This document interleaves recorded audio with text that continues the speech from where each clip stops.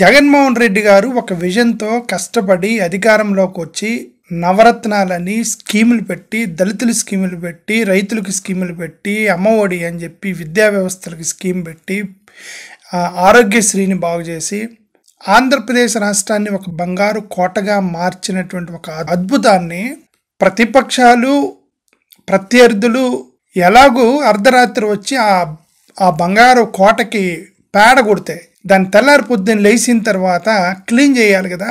ఒక అద్భుతాన్ని సృష్టించే ఒక అద్భుతమైన కోటను కట్టారు. ప్రత్యర్థులు వచ్చి అర్ధరాత్రి పేడ కొట్టారు మీ గోడకి. తెల్లారి పొద్దున్న లేచిన తర్వాత వర్కర్స్ ఏం చేయాలి? క్లీన్ చేయాలి కదా. రెస్పాన్సిబుల్ పీపుల్ ఏం చేయాలి? దాన్ని క్లీన్ చేయాలి కదా. క్లీన్ చేయకపోతే ఆ బంగారు కోట పేడ కోటగానే కనిపించింది. వైఎస్ఆర్సీపీ ప్రభుత్వం మీద అదే పనిగా వ్యతిరేకత సృష్టించడానికి మీడియా ఛానళ్ళు, ప్రత్యర్థి పార్టీలు అదే విధంగా వ్యతిరేకత సృష్టిస్తూ ఉన్నప్పుడు మినిస్టర్లు, ఎమ్మెల్యేలు దాన్ని క్లీన్ చేయాల్సింది వీళ్ళు చేయలేదని నా ఉద్దేశం. వైఎస్ జగన్మోహన్ రెడ్డి గారిని 2024 ఎలక్షన్లో ముఖ్యమంత్రిగా చూడాలని ఉద్దేశంతోనే నేను ఇది చెబుతున్నా. నేను చెప్పేవి కొంతమందికి హర్ట్ అయినా, కొంతమంది బాధపడ్డా, నన్ను తిట్టినా, కొట్టినా, బట్ ఆయన క్షేమం కోరుకొని నేను ఇవన్నీ చెప్తున్నా. భారీ బహిరంగ సభ పెట్టి, భారీ బహిరంగ సభలో కనీసం ఒక 2 లక్షల 3 లక్షల మంది జనాల్ని పోగేసుకొని సామాజిక సాధికార యాత్ర కానీ, లేదంటే జగన్ గారు వచ్చేటువంటి మీటింగులు కానీ, సరే భారీ బహిరంగ సభలు పెట్టినప్పుడు మీరు ఎంతో డబ్బులు ఖర్చు పెట్టి, శ్రమ పెట్టుకొని, ప్రజల్ని సేకరించి 1 లక్ష 2 లక్షల మందిని మీరు ఆ యొక్క భారీ బహిరంగ సభల్లో కూర్చోబెట్టిన తర్వాత వాళ్ళకి కావాల్సిన కంటెంట్ని ఇవ్వకుండా మీరు ఏదేదో బహిరంగ సభల్లో మాట్లాడితే అది వృధాయే కదా, శ్రమంత వ్యర్థమే కదా. నాకు తెలిసిన వరకు కంటెంట్, భారీ బహిరంగ సభల్లో కంటెంట్ మాట్లాడేది ఒకే ఒక్కరు జగన్మోహన్ రెడ్డి గారు మాత్రమే మాట్లాడతారు. మిగతా వాళ్ళు ఎవరు కూడా కంటెంట్ మాట్లాడతారు. జగన్ గారు ఒక్కరే ఆయన ప్రసంగాల్లో నేను మీకు ఏం చేశాను, మీకు ఏం చేయడానికి ప్రయత్నం చేశాను, ఏమేమి స్కీములు పెట్టాను, నేను మీకు ఎంతవరకు మంచి చేశాను అనేది విపులంగా తను చేసిన పనిని తను చెప్పుకునేది ఒక జగన్మోహన్ రెడ్డి గారు ఒక్కడే. మినిస్టర్లు, ఎమ్మెల్యేలు ఇప్పుడు ఆ భారీ బహిరంగ సభల్లో ఒక 20 మందిని స్టేజ్ మీదకి పిలుస్తారు. 20 మంది స్టేజ్ మీదకి పిలిస్తే 20 మంది కూడా ఆ 20 మందికి మాట్లాడే అవకాశం ఇస్తారు. 20 మందికి మాట్లాడే అవకాశం ఇవ్వాలి కాబట్టి ఆ యొక్క ప్రోగ్రామ్ని, ఈవెంట్ని ఆర్గనైజ్ చేసేటువంటి ఆ కోఆర్డినేటరో, యాంకరో అతను ముందే చెప్తాడు, సార్ మీకు 5 నిమిషాల టైమే, 10 నిమిషాల టైమే, ఎంతకన్నా ఎక్కువ చెప్పకండి, మిగతా చాలామంది మాట్లాడాలి కాబట్టి అని వాళ్ళు చెప్తారు ముందుగానే. ఏ బహిరంగ సభ అయినా చెప్తారు, ఎందుకంటే మీకు 10 నిమిషాలు టైం ఇస్తున్నాము, ఈ 10 నిమిషాల్లో మీరు చెప్పాల్సింది చెప్పండి అని. అంటే ఈ 10 నిమిషాల్లో 9 నిమిషాలు జగన్ గారిని పొగడటానికి టైం తీసుకుంటే ఇక మీరు కంటెంట్ యాడ్ చెప్తారు ప్రజలకి. జగన్ గారు మీ పొగడ్తలు కోరుకుంటున్నారా? జగన్ గారిని మీ పొగడ్తలతోనే 10 నిమిషాలు నన్ను పొగిడి మీరు దిగిపోండి చాలు అని అన్నారా జగన్ గారు? ఇప్పుడు ఒక బహిరంగ సభ చూశాను, ఒక మినిస్టర్ మైక్ పెట్టుకొని జగన్ గారు సింహం సింగిల్గా వస్తాడు, జగన్ గారు సూర్యుడు, జగన్ గారు వీరుడు, 100% ఆయన సూర్యుడు, వీరుడు, ఆయన బట్టే మీరందరూ గెలిచారు, ఆయన పార్టీ ద్వారా ఆయన టికెట్ బట్టే మీరు గెలిచారు, ప్రజలు ఓట్లేసింది జగన్ గారికి, దాంట్లో సత్యం, అది 100% సత్యం. అది నేనేం చెప్తున్నానంటే మీకు ఇచ్చిన 10 నిమిషాల్లో 9 నిమిషాలు మీరు జగన్ గారిని పొగడటానికి మీరు టైం తీసుకొని 1 నిమిషం మీ కంటెంట్ చెప్పకుండా దిగిపోతే ప్రజలకు ఏమర్థమవుతుంది? 2 నిమిషాలు మీరు జగన్ గారిని పొగడటానికి మీరు నాయకుడిని ఎలాగ పొగడాలి? 2 మినిట్స్ మీ నాయకుడిని పొగిడి మిగతా 8 నిమిషాలు కంటెంట్ ఇస్తే ఈరోజు ఈ వ్యతిరేకమైనటువంటి ప్రచారం జరిగి ఉండేది కాదని నా ఉద్దేశం. TDP channels, yellow media channels చేసే ప్రచారాన్ని మీకు తిప్పుకొట్టడానికి మీకు ఉన్నటువంటి ఒకే ఒక సోర్స్ ఏంటంటే భారీ బహిరంగ సభల్లో ప్రెస్ మీట్లు, భారీ బహిరంగ సభలు, మీడియా ఛానల్స్, సోషల్ మీడియా, ఈ 4 కదా మీరు ఏదైనా ప్రత్యర్థి చేసే ప్రచారాన్ని మీరు తిప్పుకొట్టగలిగింది ఈ 4 చోట్లే.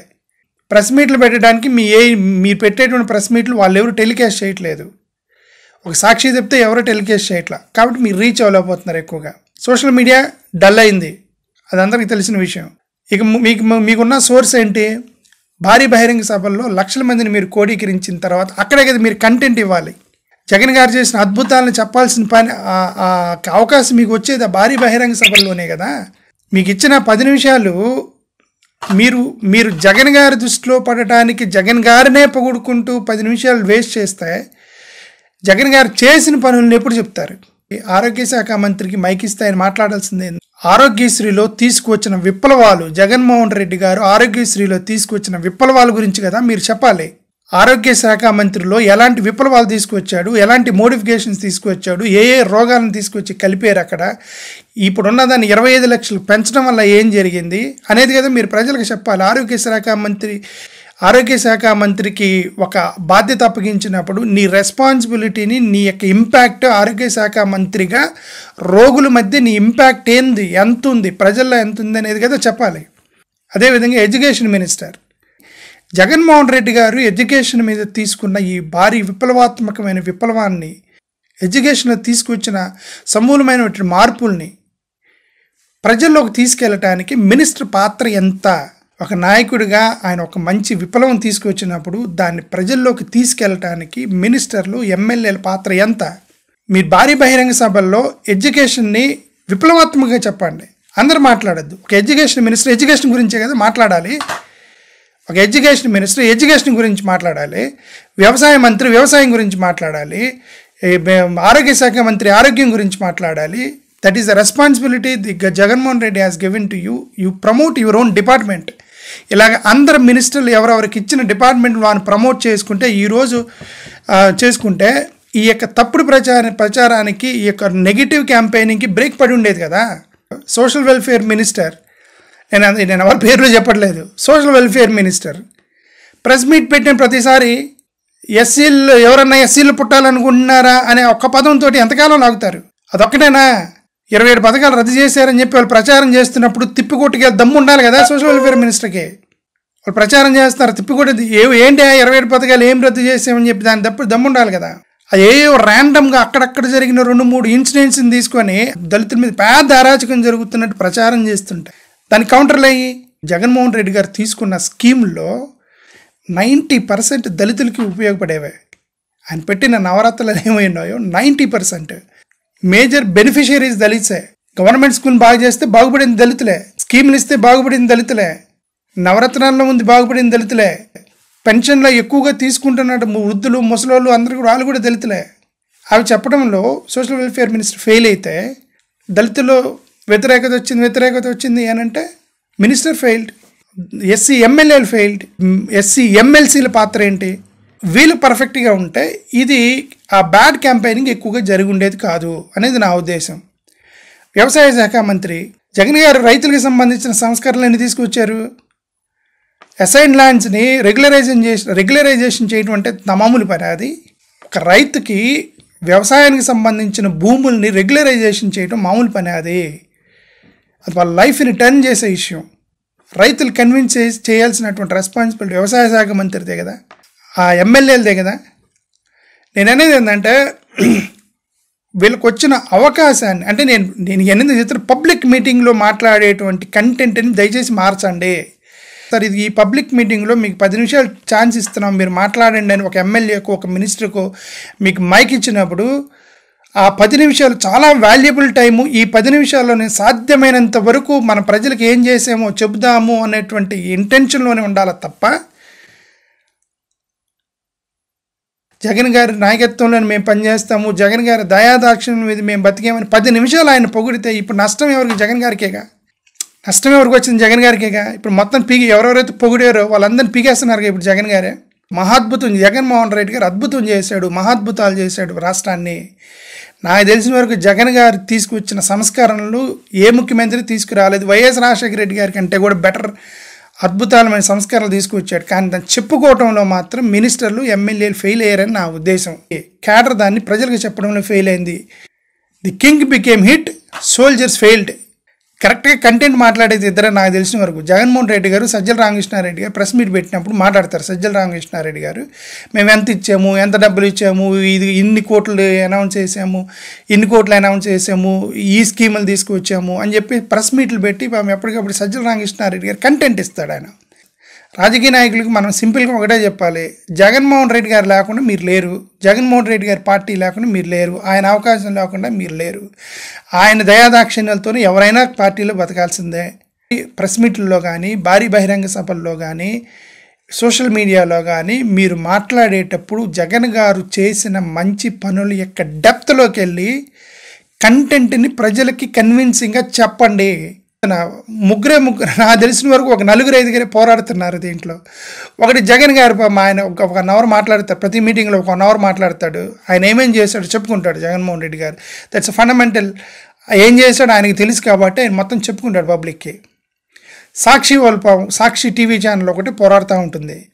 ఎప్పుడు వాళ్ళు ఎప్పటికప్పుడు అప్డేట్ చేసి సాక్షిలో కొన్ని డిఫరెంట్ ఎపిసోడ్లు వేసి ఇది అది చేశారు, ఇది చేసాము, స్కీమ్లని, కౌంటర్లని, సాక్షి నానా ఇబ్బందులు పడి ఏదైనా సరే కొంత సత్యం ఆ జగన్ గారు చేసినటువంటి ఆ స్కీములు మొత్తాన్ని ప్రజల్లోకి తీసుకెళ్ళడానికి సాక్షి ఒకటి మంచిగా పనిచేస్తుంది. ఈ పేరు నాని, కొడాలి నాని లాంటి వాళ్ళు, పేరు నాని, కొడాలి నాని ఇట్లా కొద్దిగా సోషల్ మీడియాని బతికిచ్చారు వీళ్ళు. ఇప్పుడు చాలా ఎప్పుడు చూసినా వీళ్ళే ఏదంటే అది మాట్లాడతారు, ఇష్టం వచ్చినట్టు కొడాలి నాని ఇష్టం వచ్చినట్టు మాట్లాడతాడు, పేరు నాని ఏదంటే అది మాట్లాడతాడు అని అసూయతో చాలామంది అనుకోవచ్చు. బట్ సోషల్ మీడియాని ట్రెండింగ్లో ఉంచింది వాళ్ళు అట్లీస్ట్ వైసీపీని. సోషల్ మీడియాని ట్రెండింగ్లో ఉంచారు కొడాలి నాని గారు, పేరు నాని గారు. వాళ్ళ యొక్క వీడియోస్ ట్రెండింగ్ అవ్వడం ద్వారా అట్లీస్ట్ కొంచెం సత్యాన్ని వాళ్ళు ట్రెండింగ్లో ఉంచగలిగారు, సత్యాన్ని.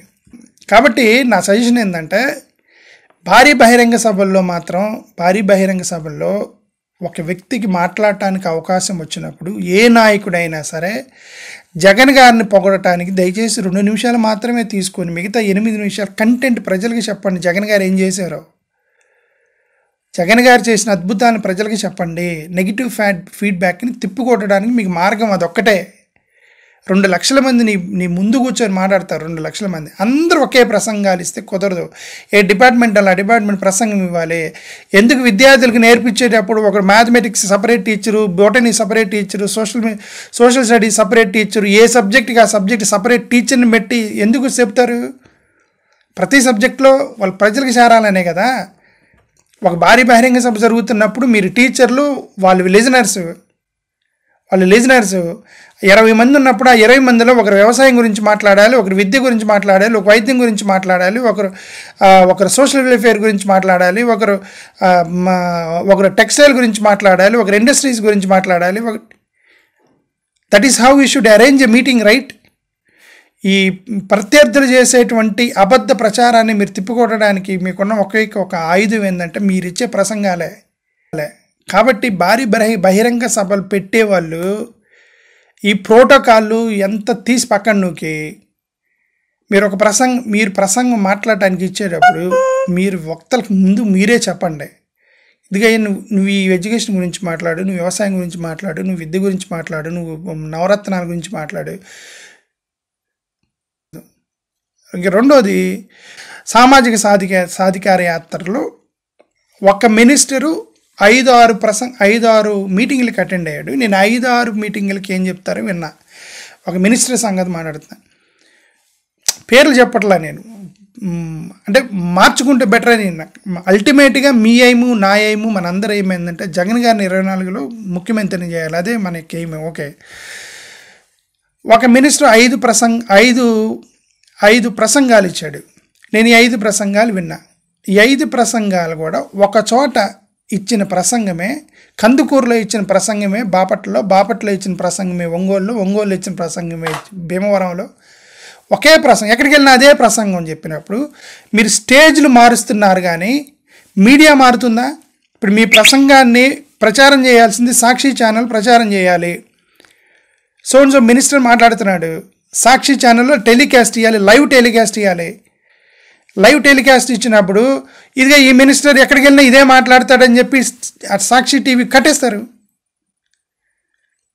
మీరు భీమవరం వెళ్ళినప్పుడు భీమవరం యొక్క సమస్యల మీద, అక్కడున్న ప్రజల మీద మీరు ప్రిపేర్ అయ్యేది అక్కడ మాట్లాడాలి కదా. ఒంగోలులో ఉన్నప్పుడు ఒంగోలు సమస్యలు ప్రిపేర్ అయ్యి అక్కడ మాట్లాడాలి కదా. కందుకూరు వెళ్ళినప్పుడు కందుకూరు సమస్యలు ప్రిపేర్ అయ్యి అక్కడ మాట్లాడాలి కదా. ఎక్కడికి వెళ్తే ఒకటే ప్రసంగం కొడితే సాక్షి టీవీలో చూసే ప్రేక్షకులకి ఆ ఇంట్రెస్ట్ క్రియేట్ చేయాల్సింది మీరే కదా, లైవ్లో మాట్లాడేవాళ్ళు. ఇట్స్ ఆల్ పొలిటికల్ స్పీచెస్లో దమ్ము లేనప్పుడు ప్రజలు వినరు. పొలిటికల్ స్పీచ్లో దమ్ము లేకపోతే ప్రజలు వినరు. నువ్వు ఇచ్చే స్పీచ్ దమ్ము ఉండాలి, కంటెంట్ మారుతూ ఉండాలి, ప్రేక్షకుల్ని మీరు ఆకట్టుకునేటట్టు ఉండాలి. లేదంటే ఎవరు నీ ప్రసంగాలు వినరు. Nobody will listen to you. దయచేసి ఈ 3 నెలల టైం ఉంది. ఈ 3 నెలల్లో మిమ్మల్ని మీరు మార్చుకొని ప్రసంగాలను మార్చి ప్రజలను ఆకట్టుకునే విధంగా సత్యాలను తీసుకెళ్ళి జగన్ గారిని పొగడటం మానేయండి దయచేసి. జగన్ గారి పొగడ్తలు కోరుకుంటున్నారని నేనైతే అనుకోవట్లేదు. జగన్ గారు మీ దగ్గర నుంచి ఒకటే కోరుకుంటారు, ఏంటంటే మీరు ప్రజల్లో మంచి పేరు తీసుకుని ఆ ఎమ్మెల్యే టికెట్ గెలిచి జగన్ గారికి మీరు గిఫ్ట్గా ఇస్తే ఆయన ముఖ్యమంత్రి అవుతారు. ఆయన కావాల్సింది అదే, మీ పొగడ్తలు కాదు కదా. మీకు ఇచ్చిన 10 నిమిషాల్లో ఆయన్నే పొగిడితే కంటెంట్ నువ్వు ప్రజలకు చెప్పేది ఎప్పుడు? ప్రసంగాలు మార్చండి దయచేసి. Thank you. ప్రసంగాలు మార్చండి. వైసీపీ ఎమ్మెల్యేలు మినిస్టర్లు మీ ప్రసంగాలు ఇచ్చేవాళ్ళు, భారీ బహిరంగ సభల్లో ప్రసంగాలు ఇచ్చేవాళ్ళు. Thank you.